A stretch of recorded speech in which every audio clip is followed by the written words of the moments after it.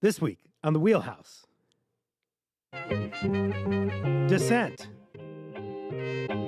its role in democracy, and its role right now.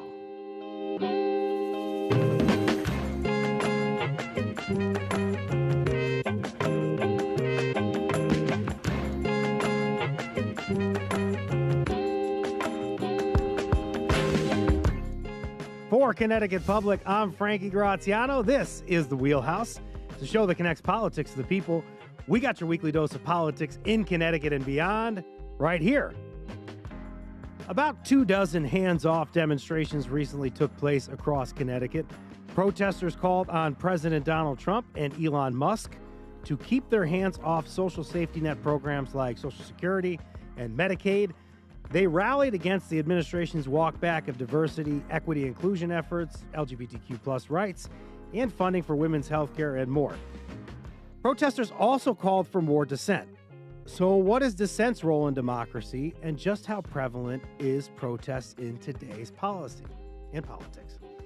Joining me now, Professor Arkan Fung, Professor of Citizenship at the Harvard Kennedy School. Professor Fung, thank you so much for joining us on the show. Terrific to be here. Thanks for having me. So terrific to have you on. Thank you so much for coming on. Also with me, Bilal Sekou, Associate Professor of Politics and Government at the University of Hartford. Go Hawks. I can live now. I can live on a Wednesday after hearing that. And Liz Koranowitz, Republican analyst and owner of the Drury Group. Good morning. Liz, thank you so much for coming on the show. Thank you so much for having me. Thank you so much for coming on. Hey, were you at one of these hands-off protests? Are you protesting? Do you think people should protest right now? Tell us why. Give us a call. 888-720-9677. 888-720-9677. Lots of people across the country and the state right now, Bilal, turning out for protests of the Trump administration, rallying cry, hands off. What does that mean? Hands off what? It means a lot of things to a lot of different people, obviously, Frankie. This administration is moving quite radically in its effort to essentially gut the administrative state, as they would describe it. And so people who are concerned about programs ranging from Social Security to federal financial aid to students, to Medicaid, to Medicare, to grants to education, to pay for things like Head Start, to pay for Meals on Wheels, you name it. There's a wide range of programs that the government runs or provides funding for that this administration has straight in its bullseye. And it is not just trying to find efficiencies, but I think it's really dismantling and trying to move to totally eliminate those things. And so people were rallying against that. News reportedly coming out that Head Start may be eliminated soon. Arkan, Connecticut Public reporter Daniela Doncel covered the hands-off protests in Hartford. She spoke with a woman at the event who said she worries about complacency. She's talking about how Donald Trump's decisions may hurt Americans. Is complacency a growing concern for some? I don't think it's complacency so much as maybe fear or a sense of powerlessness and what not to do about it. I think we can see from public opinion polls that many, many people are concerned. And so I wouldn't say that complacency is what I'm thinking about in terms of what's preventing people who might want to go to a hands-off protest. So that's number one, is I would think about other factors, like maybe people not knowing what to do about it, or will it work, or maybe, if you're not a citizen, or maybe if you're only a naturalized citizen, or you're only having a visa, you're afraid to show up because of what might happen to you. And then on the other hand, there is a lot of activity. My colleague here at the Ash Center, Erica Chenoweth, and Jeremy Pressman and Soha Hamam, you can check on our website. They've issued reports about the number of protests that are actually occurring in the U.S. Since the inauguration. More than 2,000 around there? Is that correct? Yeah, and it's outstripping, it's at a higher rate than what was in 2016 or 2017 in the first Trump administration. It's just more spread out, so harder to see. And I suspect that as things get warmer, we'll see more activities like the hands-on April 5th demonstration. And the fear thing is a relatively new. I want to stay with you on this one, Arkan. It's a relatively newer thing because we weren't necessarily talking about this during the election, because we're talking about administration policies may preclude at least somebody saying, I may not want to go to this protest because they're worried about their status. Is that what you're trying to say? Oh yeah, I think they're worried about their status. I think they're, you may be worried about getting stuff on social media. Here at the Ash Center, I've been teaching at the Kennedy School for, 25 years, and a couple years ago we had security installed everywhere with cameras and lock buttons and panic buttons because of stuff that people are getting on social media that's very threatening. And you talk to anybody who's run an election in the United States since 2020 and after, and I will guarantee you that they and their colleagues have received a lot of static, some of it threatening, some of it requiring people to move house in many cases. So the level of just actual violence and intimidation in the United States is growing, and that's, I think, coloring the whole environment for dissent. Liz, we're talking about complacency versus fear. We're talking about action, people taking action right now. You just heard what Archon said. That maybe people are feeling scared. Do you think that's like a valid feeling right now? Well, it's interesting. I mean, I think that the point about folks who are involved in the process being concerned, and we've seen that here, right? On both sides of the aisle, we've had elected officials have bomb threats at their homes where they live. We've seen that, obviously, what horrific incident that happened with the governor of Pennsylvania. So political violence, I mean, look, President Trump was nearly assassinated during the campaign. I think political violence, unfortunately, is something that folks are certainly aware of. But I can tell you, having been around the campaign trail over the last decade or so, I don't see a difference in activity level or people being interested or fearful of participating in the process. I think we've seen all of that here in Connecticut alive and well. And there are other ways as well. People voice their concerns to those who are in elected positions. I mean, you go over to the state capitol, there are folks who are elected there. They're getting emails and calls and visits from constituents. And the same is happening at the federal level, where people are voicing their concerns and support one way or the other. I think, the issue for the hands-off demonstrations, I don't know quite what that's supposed to mean, and as a rally cry, and I think there's a lot of performative politics involved in this as well. I think, even Connecticut's Congresswoman Jahana Hayes from the 5th Congressional District last week did a town hall on CNN and was very open about the fact that there are no current cuts to Medicaid. And so I think we need to make sure that, the information that we're getting out to folks is real and legitimate. Not yet. At least they're talking about $880 billion in cuts. And I guess the rhetoric there is that, or at least the rumors is that if you have to find somewhere to cut, it may be Medicaid. So exactly, nobody may have come out to say that the sword is out on Medicaid. But I want to follow up on Shapiro. Yeah, you had that incident, but you also had Donald Trump was almost assassinated twice. Yes. I think there was the golf course gun incident. Yeah. So you're saying that maybe you're not seeing as much of a difference on the campaign trail, but there is maybe a rise in political violence, at least when we see some of the think tanks that we follow. They say that 23% of Americans, something like that, are thinking that political violence is necessary to invoke change, and that's like up from 18%. So why do you think that political violence may be rising in the country? Well, I think I don't know the answer to that, obviously. I don't understand the psychology of people who would believe that getting physically engaged in a violent way is going to have a positive outcome. Obviously, that's not something I subscribe to. I think there's a lot of opportunities for people who are frustrated with their politics or their government to be involved and engaged in a way that's productive besides that. So I can't really tell you the psychology of somebody who would want to get involved in that way. And I think it is incumbent upon all of us to be more focused on policy and outcome and not on, sort of what's politically expedient to get an outcome. And that, I think, is important to tone down the tenor of our politics anyway. I guess I'll offer a slightly different, maybe perhaps more nuanced sort of view of this. I think, part of what has changed, and certainly after the 2020 election and the threats that were leveled against especially our election workers and, what happened there with so many people who had been doing this incredible service to help run our elections, who decided that, the risk of doing that with receiving the threats that they were receiving was something that they pulled away from. So I think one of the things that has certainly changed is that we've sort of normalized the kind of surveillance and sort of hyper vigilance that we now have.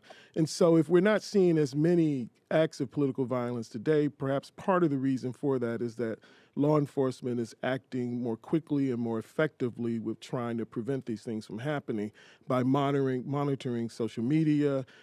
We've certainly seen a coarsening of the language that's used by politicians at the political level, the willingness to threaten even members of the media and others who disagree with you. We see a lot more of that from our political leaders, who we would hope would be the ones who would not do those kind of things and provide sort of a role model for how behavior should occur in the public. But when you have leaders who do that, that becomes a problem. I think social media has really created this interesting space where the anonymity allows you to say mean and nasty things and threaten people and do a lot of stuff now that I think is really dangerous for our political system right now. Professor Fung, I love nuance. I love that Bilal just dug into it.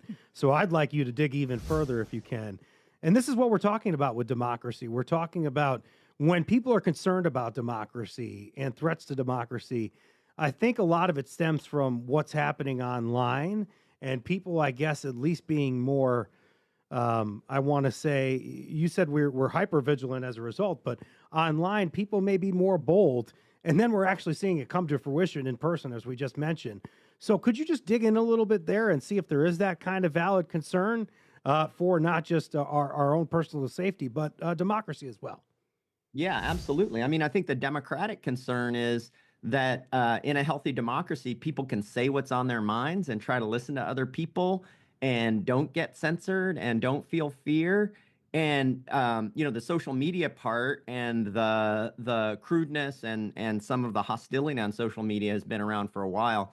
What's different now after the inauguration is that we have state actors in the Trump administration, in particular in ICE, punishing people for things that they've said. And as far as we know, only said. So I don't know how many people in the audience watched the video of the arrest and detainment of, those are nice words for what happened to Rumeysa Ozturk, this graduate student at Tufts University.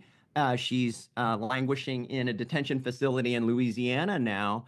And evidently, all she did was write an op-ed in the Tufts newspaper saying the Tufts administration should be more even-handed in their treatment of protesters and and what the protesters wanted to see, right? And I cannot think of anything more un-American than people in masks abducting another person on the streets of Boston for something that they wrote in a newspaper. And then that has ramifications. Like in a lot of, I hear that student editors in newspapers, they're getting all sorts of requests from people who've written in before to scrub things that they've written because they're afraid that really bad things might happen to them for things that they've said, right? And that is something very new. We haven't seen that in many decades in the United States. We have a phone call. This is going to be from Holly in Coventry. She hasn't been to a protest yet, but I understand maybe there's some interest. Go ahead, Holly. Hi. Yeah. Good morning, Frankie. Yeah. Good morning. I haven't had the time, but I plan on going to when I have friends who go. I've been making calls. I'm just very frustrated. I'm praying for the day that our military pulls him out of the White House. I've been making calls to all the senators on both sides of the aisle and just, expressing my displeasure and my frustration.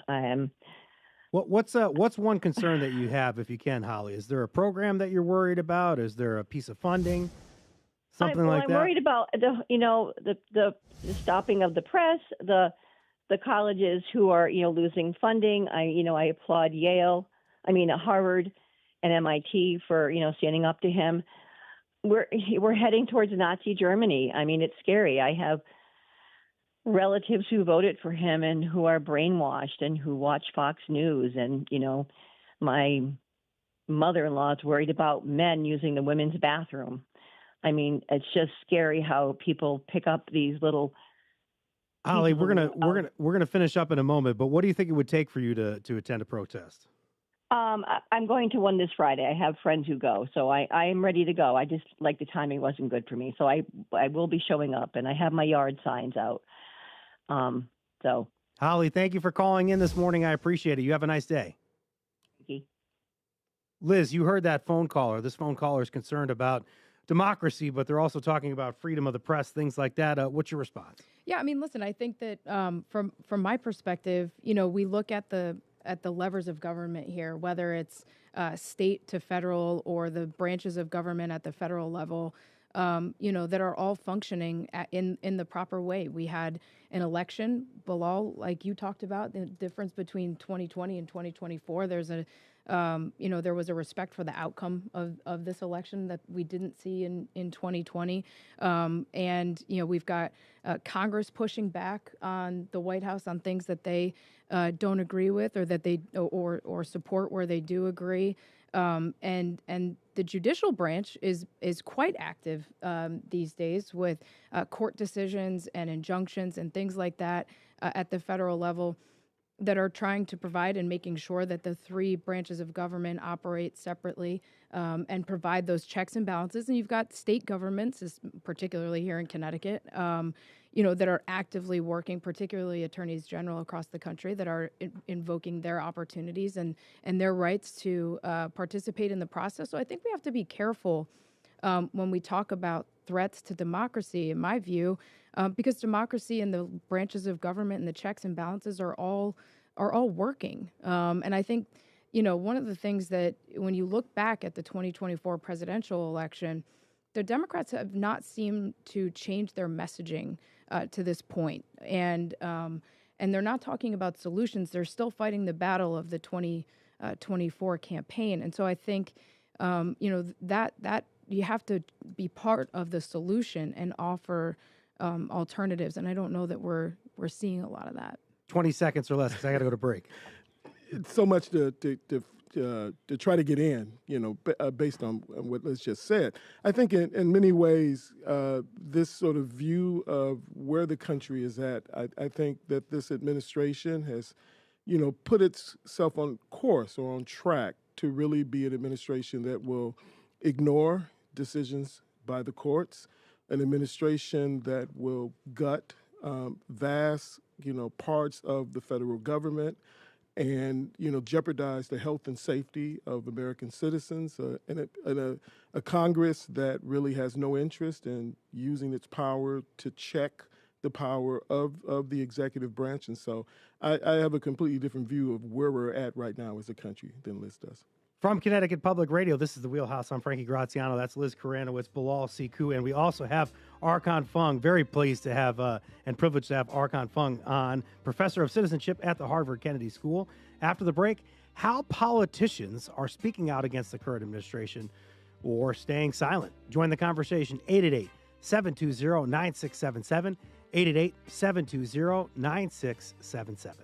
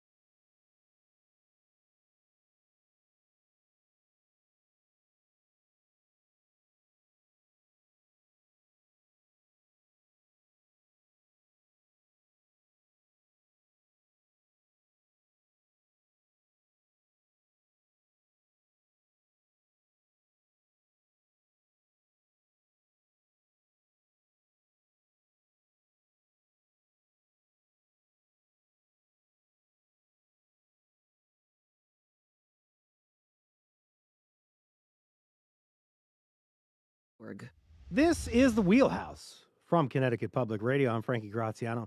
This hour, we're talking about dissent in its many forms, why some Americans are speaking out against the Trump administration, from everyday people to politicians. Still with me, Bilal Sekou, Associate Professor of Politics and Government at the University of Hartford, Professor Arkan Fung, Professor of Citizenship at the Harvard Kennedy School. There's Arkan. Thank you so much for coming on the show today. And Liz Koranowitz, Republican analyst and owner of the Drury Group. Are your local politicians getting involved with speaking out? Who are you hearing from or not hearing from enough? Would you like your politicians not to necessarily argue against the administration right now?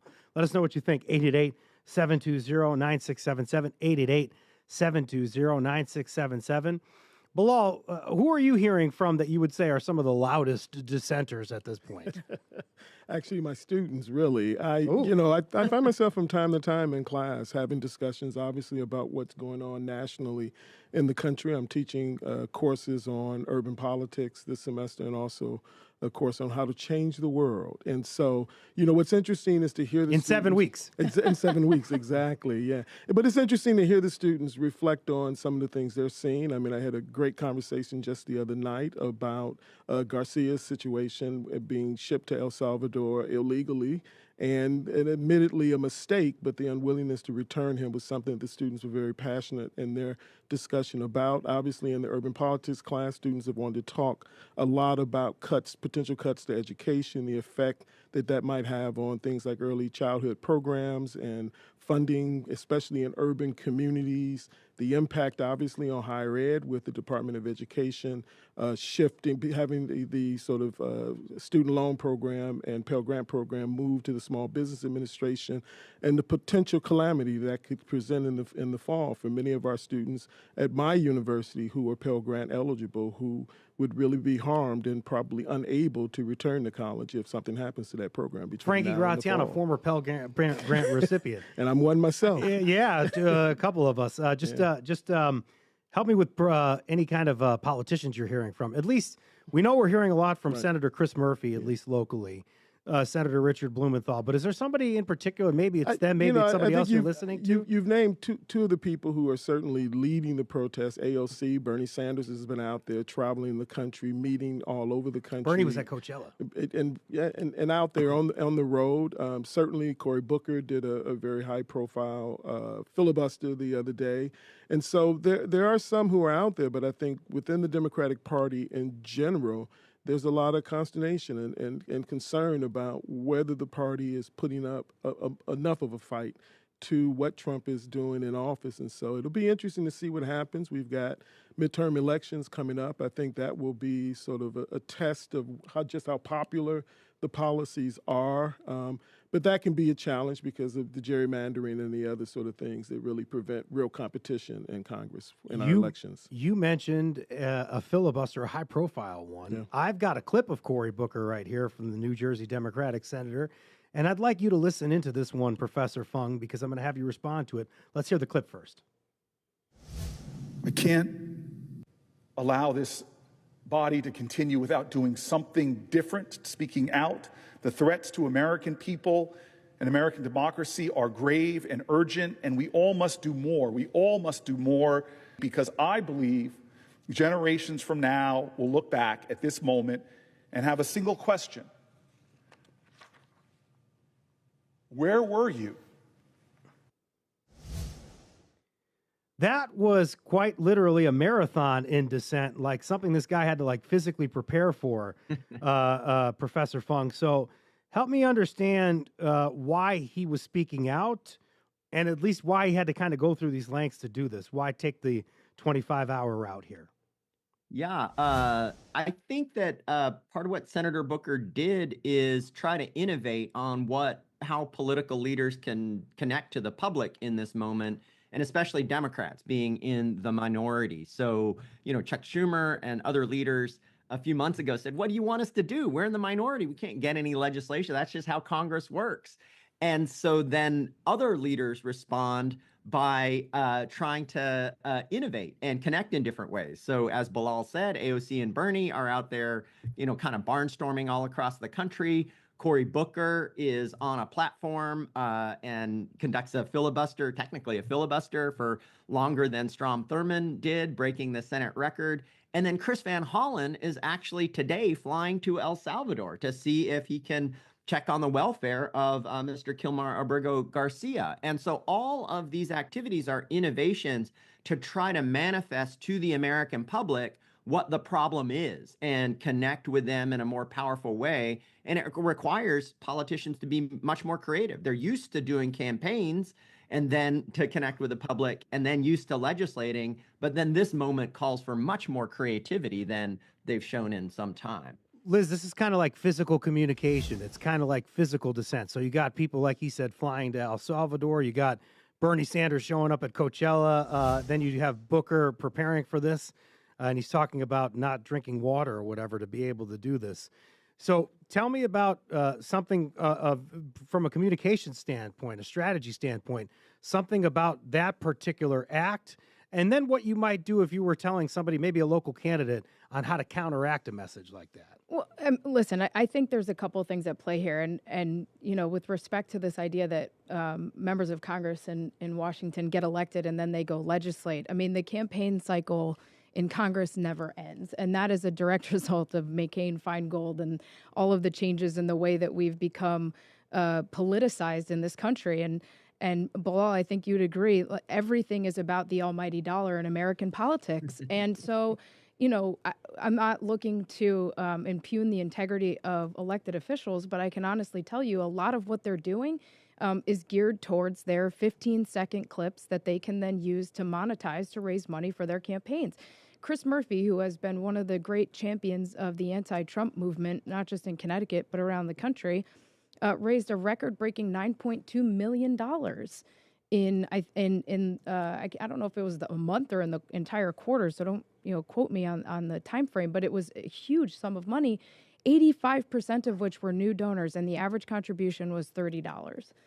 I mean, this is all, you have to be thinking about intention for a lot of these things, and the campaign cycle never ends, and the more resources you have. And by the way, I'm not sitting here saying that this is not a bipartisan issue. These are things that happen on both sides of the aisle, and we can all sit here and point out Republicans who are just as guilty of this as Democrats. So this is certainly not a partisan issue.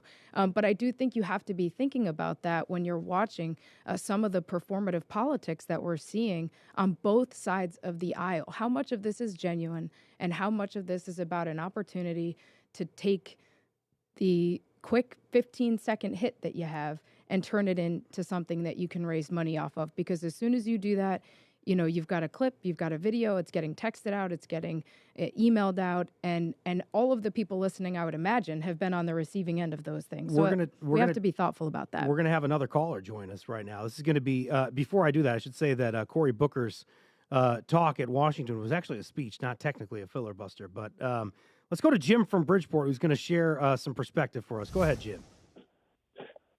Yes, hi there.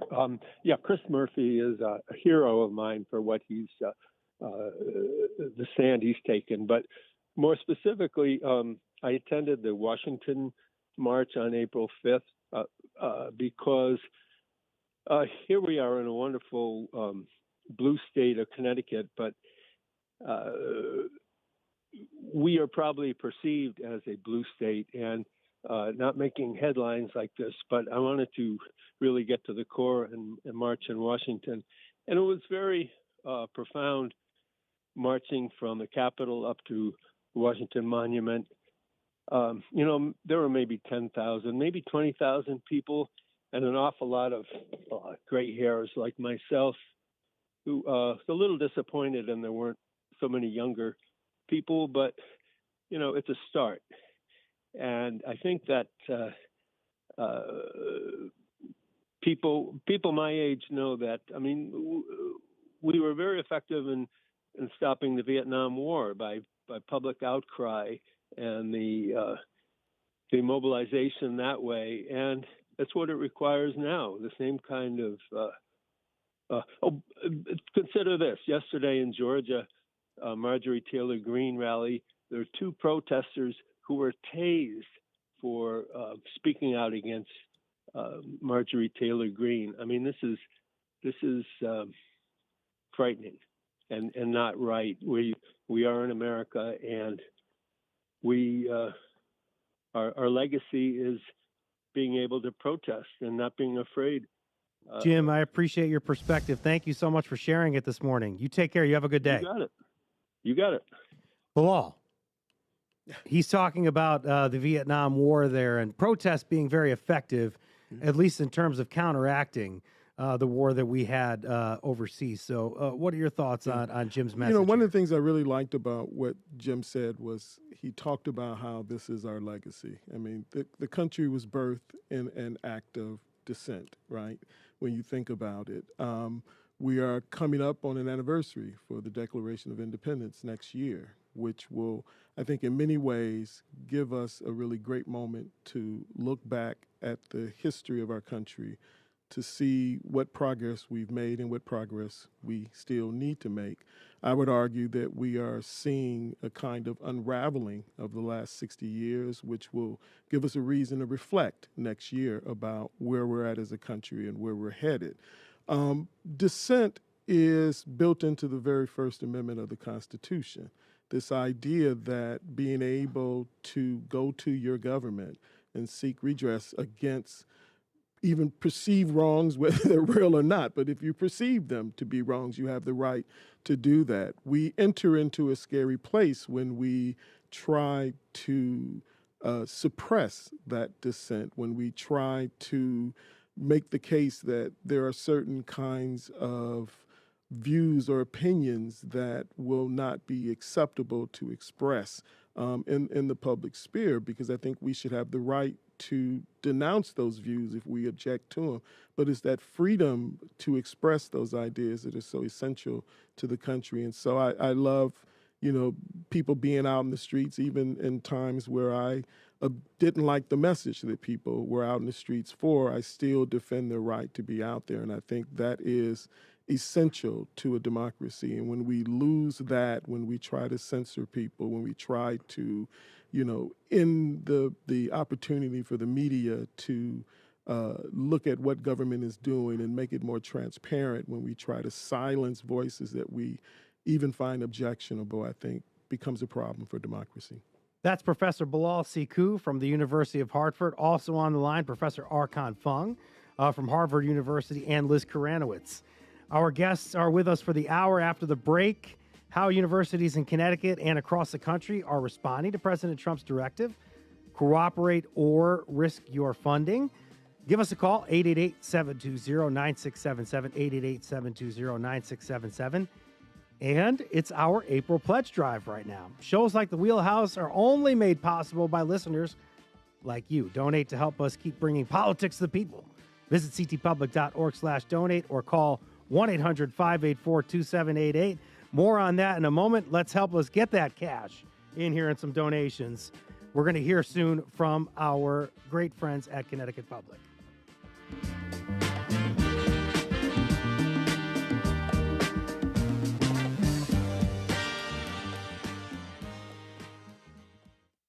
Good morning.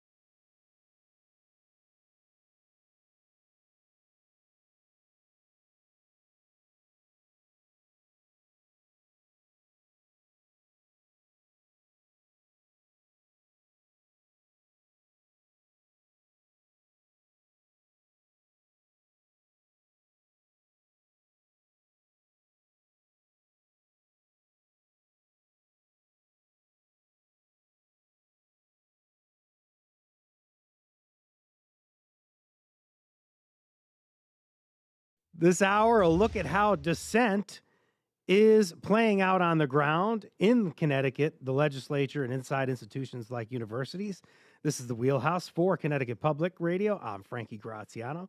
Still with me, Professor Arkan Fung, Professor Bilal Sekou, and Liz Karanowitz. Thank you so much for joining us. Folks, are you seeing dissent unfold on your campus if you're a college student, or maybe you live in a college town? You can join the conversation, 888-720-9677, 888-720-9677. I'm privileged to have Arkan Fung on because Harvard University is all over the news right now. But I just want some perspective here. And what I'm going to ask you is that President Trump recently withdrew $400 million in federal grants and contracts from Columbia University. In a statement, the administration said that the decision was carried out, quote, due to the school's continued inaction in the face of persistent harassment of Jewish students. And earlier this week, the Trump administration froze $2 billion in federal funding from Harvard University, where you work, refused to comply with the government's demands to report international students for on-campus conduct. Have we ever seen a president retaliate against a university like this before?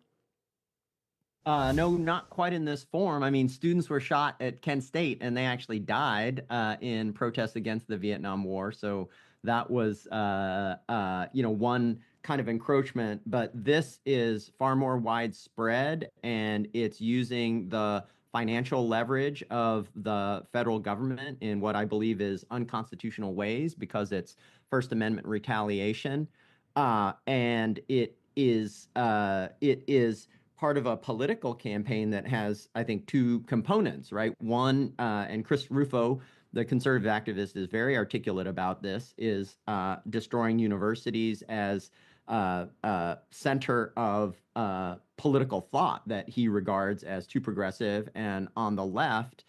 And then I think part and parcel of the current wave of executive orders and other actions against both law firms and media and universities is the desire to really restrict and punish points of view that are different from the administration's points of view. And so I think both of those things are going on. And that's why I think this is unconstitutional. It's a First Amendment retaliation, among other things. Elizabeth from Medford, New York, is going to join the conversation right now. This is a caller. Thank you so much for joining us, Elizabeth. I understand that you're into grassroots protesting. Well, I have not personally protested, but I'm going to start Saturday. The one thing that I was going to bring up is that protests do work. Look at the Tea Party. That started out as a small group. They started out as protesting, and they got louder and louder and more into everything, which sort of followed the timeline of where the Republican Party is now. So we need to take a page. That and the Civil Rights Movement in the 1960s, the Vietnam War protests, all were effective. And I do disagree that our democracy is standing up, that our checks and balances are standing up. The Congress is remaining silent. Well, Trump, with all his actions, is acting as a king. And he has immunity to do whatever he wants. Elizabeth, thank you so much for calling this morning. I appreciate it. And I'll say that Elizabeth sounds like a first-time protester, at least maybe during this iteration. And then you heard earlier from a caller that said that they're going out this Friday. So the administration seems to be activating something from these people below. Yeah. Which is really interesting. I think, again, one of the things about American politics, we know roughly about 40% or so of the people who are eligible to vote actually don't vote. When we go down from just voting to other ways of being politically engaged, such as participating in demonstrations or protests, we're talking about a very small percentage of the population that actually do those kind of things.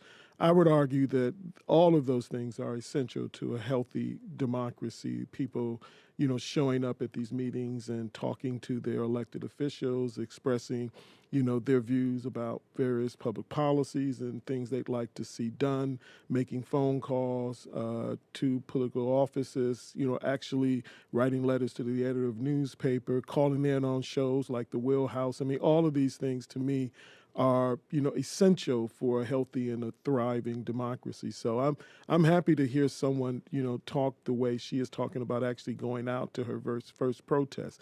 The other thing I'll say, really quickly is that we're at a really interesting moment also for the Democratic Party because, her comment about the Tea Party made me also think about one of the things that happened was you saw challenges within the Republican Party from the right on centrist candidates across the country.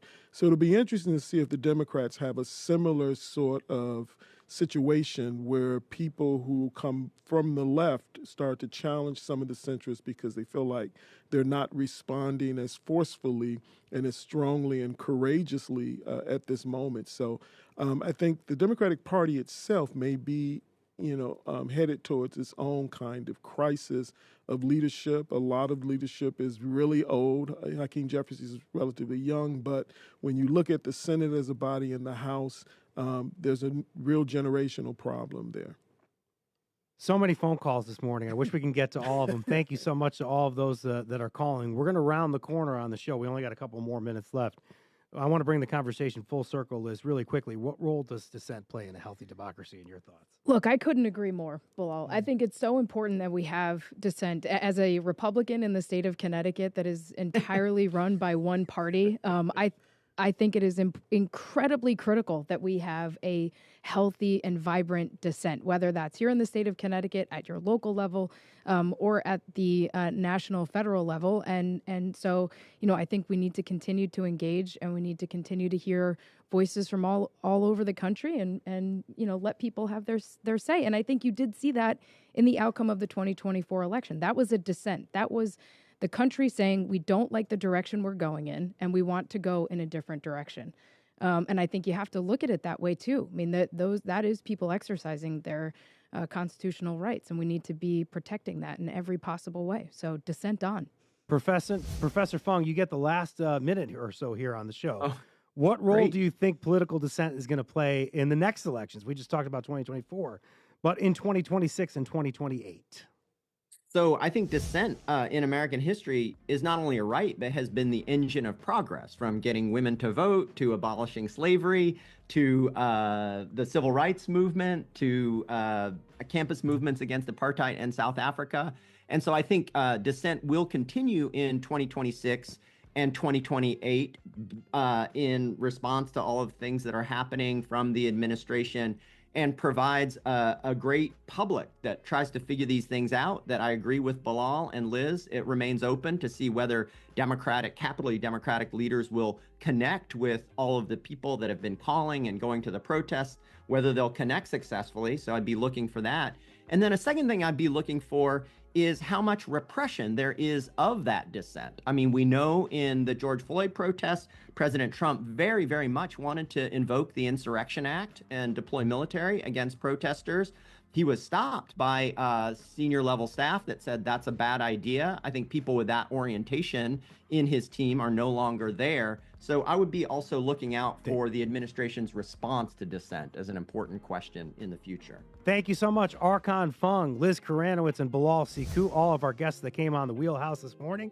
Today's show produced by Chloe Wynn, Robin Doyen-Aiken edited the show, and Meg Dalton, thank you so much for your service to the Wheelhouse in the first 2 years here and getting the program off the ground. Dylan Reyes, our technical producer. Download the Wheelhouse anytime on your favorite podcast app.